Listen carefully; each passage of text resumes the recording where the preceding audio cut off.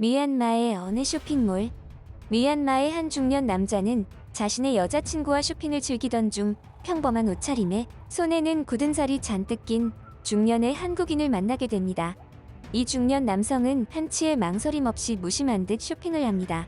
그런데 얼마 후 이 한국인을 만난 미얀마 남성의 인생은 완전히 뒤바뀌게 되었다고 합니다. 도대체 이들에게는 무슨 사연이 있었던 것일까요? 이봐 부기장, 자네 이번 달 월급 나왔지? 우리가 미얀마 국민 평균 월급보다 3배는 더 받는다지만 사람 욕심이 끝이 없어. 그래도 우리들이 다른 사람들보다 3배는 더 우월한 삶을 살고 있다고? 그건 인정해야지. 대부분의 국민들이 저축은커녕 먹거리 걱정을 하며 월급날만 기다리니 말이야. 저는 비행을 하며 부기장과 한껏 들떠서 급여 이야기와 사회 문제를 주제로 대화를 나눴습니다. 제가 이렇게 들뜬 것은 어제가 월급날이었기 때문이죠. 저는 45세의 나이에도 아직 결혼을 하지 않은 노총각입니다. 여자친구는 있지만 결혼은 서두르지 않고 있죠. 그 이유는 돈 때문입니다. 지금 살고 있는 집은 결혼을 해서 아내와 함께 살기에는 작고 만족스럽지 못했기에 돈을 더 벌어서 좋은 집으로 이사를 간 후에 결혼을 하려고 생각 중이죠. 비행기 운행이 없던 쉬는 날이었습니다. 월급도 받았겠다. 여자친구와 데이트를 즐기기 위해 시내를 찾았습니다. 평소에 여자친구가 가지고 싶다고 조르던 가방을 선물해주기 위해 쇼핑몰에 들렀죠. 이때 쇼핑몰 여성 가방 코너에서 여자친구가 원하던 가방을 구매하기 위해 직원에게 물어보고 있었습니다. 직원은 저쪽에 재고 1개가 남아있다며 손가락을 가리켰죠. 근데 그 가방을 가지러 가는 도중에 웬 투박한 손의 중년 남성이 그 가방을 무심하게 집어서 계산대로 걸어갔습니다. 저는 순간적으로 당황해서 그 남성에게 말을 걸었습니다. 저기 실례합니다. 혹시 그 가방을 저에게 양보해 주시면 안 되겠습니까? 재고가 1개가 남았다고 하는데 제 여자친구가 그 제품을 사고 싶어 해서 오랜 고민 끝에 오늘 사려고 왔습니다. 실례되는 줄은 알지만 부탁을 좀 드려도 되겠습니까? 제 말을 듣던 남자는 처음에 저를 멀뚱멀뚱 쳐다보기만 했습니다. 잠시 뒤 옆에 동행하고 있던 여성분이 남성분에게 뭔가 속삭이더니 이내 호탕하게 웃으며 가방을 건네주더군요. 저는 이분의 아내이고 이분은 미얀마어를 아직 잘 몰라요. 한국 사람이거든요. 저는 다른 가방을 사도 되니까 그 가방은 그쪽이 가져가세요. 옆에 있던 미얀마 여성이 웃으며 이야기했습니다. 곧 있으면 식사 시간이기도 했고 저는 감사한 마음에 가방을 양보해준 부부에게 식사를 대접하겠다고 제안했고 자신을 김씨라고 소개한 한국인 남성은 흔쾌히 승낙했습니다. 식사를 하면서 한국인 김씨와 이런저런 이야기들을 나눴는데요. 이날 저는 인생을 살면서 몇 번 주어지는 큰 기회가 왔음을 직감했습니다. 한국인 김씨는 한국 건설 현장에서 막노동을 하는 사람이라는 걸 알았고 미얀마 여성과 결혼하여 한국에서 살고 있다는 것이었습니다. 결혼기념일이라서 아내의 모국인 미얀마에 관광을 왔다고 했죠. 그런데 저는 문득 궁금해졌습니다. 막노동을 하는 사람이라고 하기에는 너무 표정이 온화하고 삶의 여유가 있었고 쇼핑을 할 때도 파일럿인 저조차도 여러 번 고민을 한 다음에 사야 했던 제품들을 너무 쉽게 고민 없이 사는 것 같았죠. 쇼핑몰에서 본 그는 양손 가득 짐을 지고 있었고 제품을 구매할 때도 한치의 망설임이 없었기에 저는 더욱 궁금해졌습니다. 그리고 잠시 후 저는 엄청난 정신적 충격을 받았습니다. 한국인 김씨의 수입은 자그마치 한 달에 600만 원이 넘었던 것입니다. 처음에 저는 제 귀를 의심했고 이내 한국인 김씨가 저에게 농담을 하는 것이거나 거짓말을 하는 거라고 생각했습니다. 하지만 김씨는 진지했고 그게 그렇게 놀랄 일이냐며 오히려 저를 이상한 눈으로 쳐다보더군요. 김씨와의 식사를 마치고 저는 온통 그 생각에만 사로잡혔습니다. 저 정도의 수입이면 내가 그토록 꿈꿔왔던 고급 주택을 사고 여자친구와 걱정 없이 결혼하여 행복하게 살 수 있었죠. 월급날만 손꼽아 기다리며 일상적인 지출에 걱정을 할 필요도 없었습니다. 게다가 저 정도의 수입이면 미얀마 국민의 평균 급여보다 30배가 넘는 수준이었습니다. 그들보다 우월한 생활이 가능한 정도가 아니라 신분을 상승시킬 수 있는 수준의 소득이었죠. 심지어 미얀마의 대통령이 350만 원 정도의 월급을 받는다는 점을 생각해보면 엄청난 금액이었습니다. 내가 저 정도의 수입을 벌게 되면 나는 미얀마의 다른 국민들보다 한 달에 30배는 더 앞서가는 인생을 살 수 있어. 이런 생각에 휩싸이자 저는 오랜 시간 몸담아왔던 파일럿 일을 그만둘 생각까지 하기에 이릅니다. 지금까지는 장시간 비행 운전을 하면서도 남들보다 3배는 더 벌 수 있었기에 그 자부심과 자긍심으로 버틸 수 있었습니다. 하지만 한국인 김 씨를 만난 후부터 이 모든 것들이 다 부질없는 것처럼 느껴졌습니다. 저는 혼자서 고민하는 것보다 함께 고민을 하는 게 낫다고 생각하여 허튼 짓을 하고 말았습니다. 여자친구에게 이 고민을 털어놓았던 것이죠. 메이뚜, 지금 무슨 소리 하는 거야? 막노동자는 아무리 돈을 많이 벌어도 그냥 일반 노동자일 뿐이잖아. 나는 파일럿의 여자친구이고 싶지 막노동자의 여자친구가 되는 건 싫어. 여자친구의 예상치 못한 반응에 저는 뱉은 말을 주워 담고 싶을 지경이었습니다. 여자친구가 이 정도로 격하게 반응을 할 줄은 상상도 못했기에 몹시 당황스러웠죠. 저는 지금의 여자친구를 매우 사랑합니다. 결혼까지 생각할 정도로 말이죠. 그래서 저는 더욱 힘들었습니다. 제가 사랑하는 사람의 반대에도 불구하고 한국에서 막노동을 하여 돈을 벌겠다는 생각이 떠나질 않았기 때문이죠. 그 일이 있은 후에도 비행을 하면서 한국에서 막노동을 하게 되었을 때 지금보다 10배는 더 벌 수 있다는 생각에만 사로잡혔죠. 일하는데 지장이 갈 정도였습니다. 저는 시간이 날 때마다 한국에서 막노동을 하기 위해 필요한 과정들을 알아보기 시작했습니다.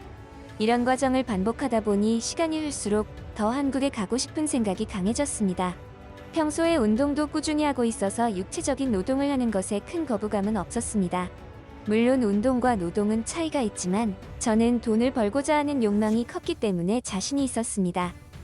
결국 저는 고민 끝에 파일럿 일을 그만두게 되었습니다. 이 사실은 얼마 안가 제 여자친구도 알게 되었고 그날 저는 이별을 통보받았습니다. 저는 큰 충격에 빠졌죠. 사랑하는 여자친구와 이별을 하면서까지 파일럿을 그만두고 한국행을 선택해야 하는 것인지 고민에 빠졌습니다. 사실 제가 이런 결정을 하게 된 배경에는 결국 여자친구도 저를 이해해 주리라는 믿음이 있었기 때문이었습니다. 그런데 이렇게 단번에 이별을 통보받자 멘탈이 나가버렸죠. 이건 제 계획에는 없던 일이었습니다. 저는 여자친구를 사랑했고 헤어지고 싶지 않았습니다. 여자친구와 헤어지면서까지 한국행을 결정한다는 건 저에게 큰 의미가 없다는 생각이 들었습니다. 돈을 많이 버는 것도 중요하지만 사랑하는 사람과 행복하게 살기 위해 돈을 번다는 본래의 목적이 퇴색되는 것 같았죠. 결국 저는 여자친구에게 한국을 가지 않겠다는 말을 하며 화해를 했습니다. 그리고 다시 파일럿 일을 계속하겠다고도 했죠. 저는 한국행을 결정하면서 설레이고 기대감에 부푼 하루하루를 살고 있었습니다. 그 꿈이 사라지자 또다시 의욕이 없는 일상을 지내는 저를 마주하였습니다. 울적한 마음을 달래기 위해 오랜만에 혼자서 시내로 나가 외식도 하고 바람도 쐬며 기분을 내고 있었습니다. 이때 식당에서 식사를 하러 들어갔다가 한국인 김 씨를 다시 만나게 되었습니다. 저희는 처음 만났던 그 인연 때문인지 오랜만에 만나는 친구를 만난 듯 서로를 반겼습니다. 저에게 그동안의 사정을 듣던 김 씨는 여러 가지 이야기들을 저에게 해주었습니다. 이복의 메이뚜, 내가 한국에서 버는 급여를 알게 된 이후로 자네가 불행해지는 건 아닌가 하는 생각을 하게 되는군. 만약에 자네가 하는 파일럿이라는 직업이 돈을 벌기 위한 것만이 목적이라면 나는 자네의 한국행 도전에 적극 찬성하는 쪽이네. 그 정도로 돈에 대한 욕심이 있고 의욕이 있다면 한국에서 몇 년 바짝 벌면 자네의 앞으로 남은 인생이 탄탄대로가 될 수도 있겠지. 하지만 명심해야 할 것은 이 막노동이라는 것이 생각보다 쉽지는 않다는 걸 알아는 두게. 육체적인 고통도 있을 것이고 위험도 따르지. 아마 일을 하게 된다면 일주일 정도 하다가 도망갈지도 모른다네. 할 거면 제대로 각오하고 가는 게 좋을 거야. 만약 한국에 올 생각이 있다면 나에게 연락을 주게. 내가 일자리를 한번 알아봐 주지. 내가 사람을 좀 볼 줄 아는데 자네는 내가 봤을 때 근성이 있어 보여. 한국인 김 씨는 저에게 겁을 주는 듯 하면서도 응원을 해주는 따뜻한 사람이었습니다. 겨우 2번 만난 사람에게 이토록 친절하게 대해주는 것에 감사했죠.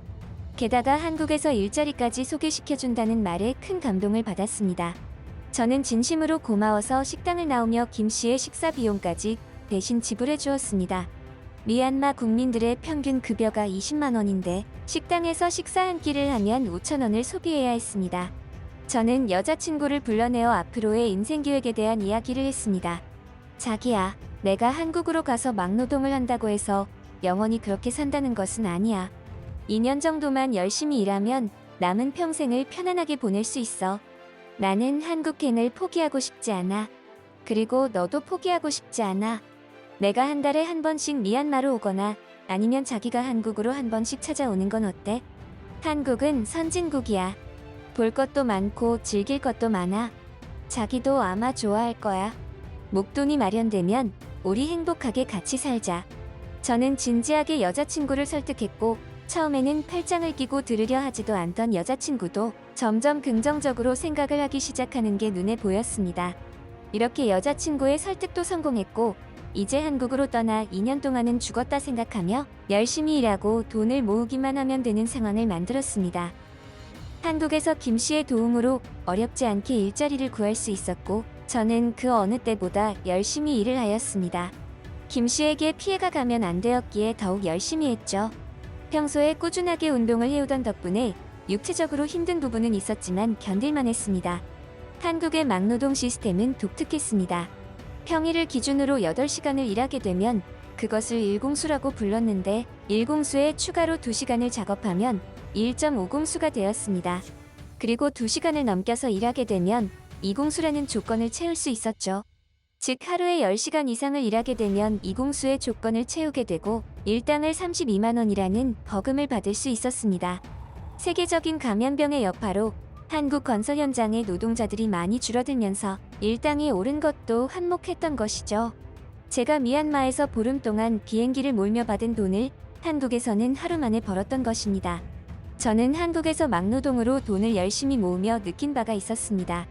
그동안 제가 얼마나 한심한 생각으로 살았는지 말이죠. 저는 은연중에 미얀마에서 저보다 돈을 적게 버는 사람들을 무시했고 제가 그들보다 우월한 사람이라는 한심한 생각을 했습니다. 그야말로 우물 안에 개구리가 따로 없었죠. 남들이 보기에 파일럿이라는 직업이 근사해 보이겠지만 실속은 없는 셈이었습니다. 한국의 건설 현장은 육체적으로 굉장히 힘든 노동들이었고 일의 특성상 위험한 부분도 분명히 있었습니다. 하지만 일이 끝난 후 일당을 받고 같이 일한 동료들과 라면을 끓여 소주를 한잔하거나 막걸리에 파전을 먹으며 한바탕 웃고 떠들면 그렇게 행복한 것이 없었습니다. 돈을 위해 한국으로 왔지만 돈보다 중요한 무언가를 얻은 느낌이었죠. 저는 그렇게 나름대로 보람차고 행복한 한국 생활을 2년 동안 하였습니다.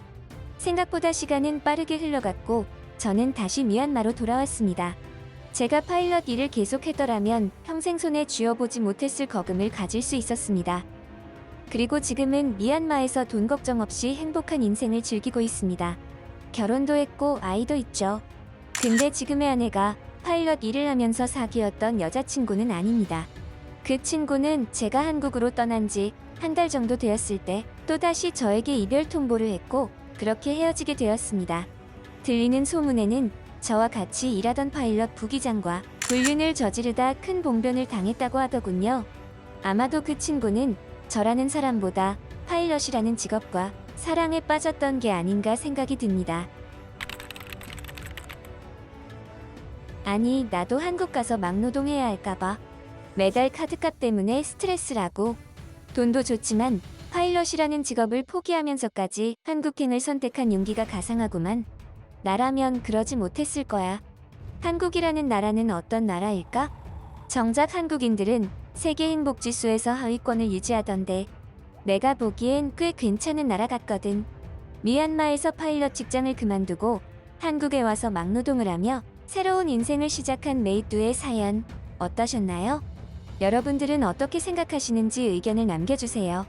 구독과 좋아요는 영상을 제작하는 데 큰 힘이 됩니다. 끝까지 시청해주셔서 감사합니다.